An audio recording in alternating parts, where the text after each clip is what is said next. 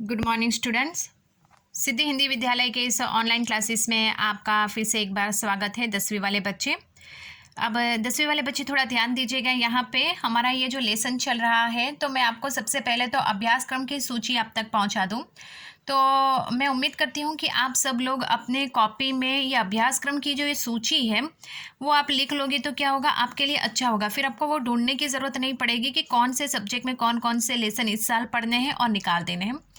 तो अगर हम बात करें तो हमारे सब्जेक्ट में हिंदी भाषा के भीतर हमें यहाँ पे सबसे पहले मैं आपको परिचय करवा देती हूँ कि देखिए यहाँ पे अभ्यासक्रम 4 विभाग हैं। उसमें पहला विभाग ये क्रम दिया गया है, तो ये सीरियल नंबर है, सिर्फ ऐसे ही। ये प्रकार मतलब यहाँ पे प्रकरण नहीं है, पाठ के या काव्य के नंबर नहीं है, ये सीरियल नंबर है, क्रम है। पहला जो विभाग है अभ्यासक्रम में इस वर्ष रखने वाले गद्य और पद्य, मतलब इस वर्ष के समय हमारे अभ्यासक्रम में जो पाठ और काव्य रखने हैं, पढ़ने हैं हमें, उसका ये विभाग है। दूसरा विभाग में अभ्यासक्रम में इस वर्ष निकालने वाले गद्य और पद्य, मतलब इस साल 10वीं वालों के अभ्यासक्रम में जो पाठ और कविता निकाल देनी है, उसका ये विभाग है। उसके बाद तीसरा जो है वो व्याकरण का है, तो व्याकरण में हमें किस प्रकार से पढ़ना है। और चौथा विभाग जो है वो लेखन प्रवृत्ति का है। अब बच्चों सबसे पहले यहाँ पे मैं आपको पद्यखंड के बारे में बता रही हूँ। पद्यखंड के साथ साथ मैं यहाँ पे आपको ये बताती भी जाऊँगी, ये काव्य के नाम भी, उसकी सूची जो है वो भी मैं आपको दिखाती जाऊँगी। अब यहाँ पे प्रकरण पहला यानी काव्य पहला, उसमें 4 पद है, पहला, दूसरा, तीसरा और चौथा। ठीक है, 4 पद देखिए, पहला, दूसरा, तीसरा और चौथा। यहाँ पे इस साल हमें 4 पद में से 3 ही पद पढ़ने हैं और हमारा ये लेसन हो चुका है। ध्यान दीजिएगा बच्चों, 10वीं वाले, हमारा ये लेसन हो चुका है, उसमें चौथा पद हमने निकाल दिया है। तो यहाँ पे मैं आपको दिखा रही हूँ, देखिए, सूरदास के पद, उद्दो तुम हो अति बड़भागी, ये पहला जो हमने पढ़ा। दूसरा, मन की मन ही मांझ रही, ये दूसरा जो हमने पढ़ा। हमारे हरी हारिल की लकड़ी, ये तीसरा जो हमने पढ़ा। और हरी है राजनीति पड़ी आई, ये चौथा पद है जो हमें इस साल नहीं पढ़ना है, तो इसको निकाल देना है। ठीक है, अब यहाँ पे मैं आपको दिखा रही हूँ दूसरा प्रकरण यानी दूसरा काव्य। उसमें अंश गिरा गंभीर, अंश से शुरुआत करके पहला पद और दूसरा पद, उसकी अंतिम लाइन गिरा गंभीर, यहाँ तक। उसमें करीबन हमारे यहाँ पे हम देखें तो 3 पद है, पहला, दूसरा और तीसरा, जो हमने काव्य दूसरे में पढ़ा है। आपको याद होगा राम लक्ष्मण परशुराम संवाद, ये देखिए राम लक्ष्मण परशुराम संवाद, उसमें करीबन जितने भी 6 करीबन है, उसमें से हमें 3 पढ़ने थे, तो हमने 3 गिरा गंभीर तक का पढ़ा, यहाँ तक ही पढ़ना है, उससे आगे हमें नहीं पढ़ना है। तो ये प्रकरण 2, तो अंश और अंत में भानु, यहाँ से लेकर यहाँ तक, मतलब उसमें इसके बीच में 3 वापस आएंगे, तो वो हमें नहीं पढ़ने हैं। गिरा गंभीर तक ही इस साल हमें पढ़ना है, आधा ही काव्य पढ़ना है। ठीक है, उसके बाद प्रकरण 4, देखो यहाँ पे दिया गया प्रकरण 3, प्रकरण 3 हमें इस साल नहीं पढ़ना है, इसको निकाल देना है। देखिए यहाँ पे प्रकरण 3 कौन सा है, ये रचयिता लेखक है देव, पायनी निपुर, दार द्रुम पपलना, फटिक सिलानी, ये हमें नहीं पढ़ना है इस साल, ये पूरा काव्य हमें निकाल देना है। ठीक है, उसके बाद यहाँ पे वापस देखते हैं प्रकरण 4, प्रकरण 4 यानी काव्य जो 4 है वो काव्य 4 कौन सा है, जयशंकर प्रसाद का आत्मकथ्य, ये हमें पढ़ना है। जयशंकर प्रसाद का आत्मकथ्य ये हमें इस साल पढ़ना है। ठीक है, उसके बाद प्रकरण 5, प्रकरण 5 यानी यहाँ पे काव्य 5 है, वो काव्य 5 हमें नहीं पढ़ना है, निकाल देना है। वो देख लेते हैं कौन सा काव्य निकाल देना है।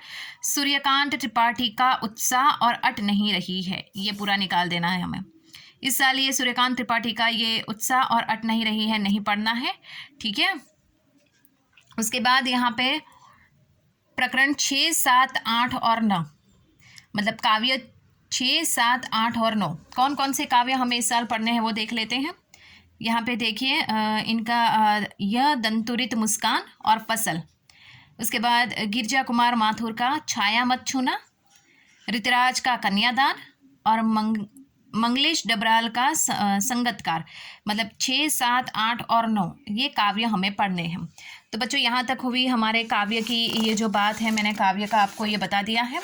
अब यहाँ पे इसके साथ साथ हमें हम गद्य का लेंगे। तो उसकी विषय सूची में आपको बता देती हूँ। अब यहाँ पे सबसे पहले यहाँ पे देख लेते हैं अभ्यासक्रम की सूची में प्रकरण 10। ठीक है, प्रकरण 10। तो प्रकरण 10, 11, 12 और 13। 10, 11, 12, 13 यानी पाठ 10, पाठ 11, पाठ 12 और पाठ 13 ये हमें इस साल पढ़ने हैं। कौन कौन से पाठ पढ़ने हैं वो देख लेते हैं।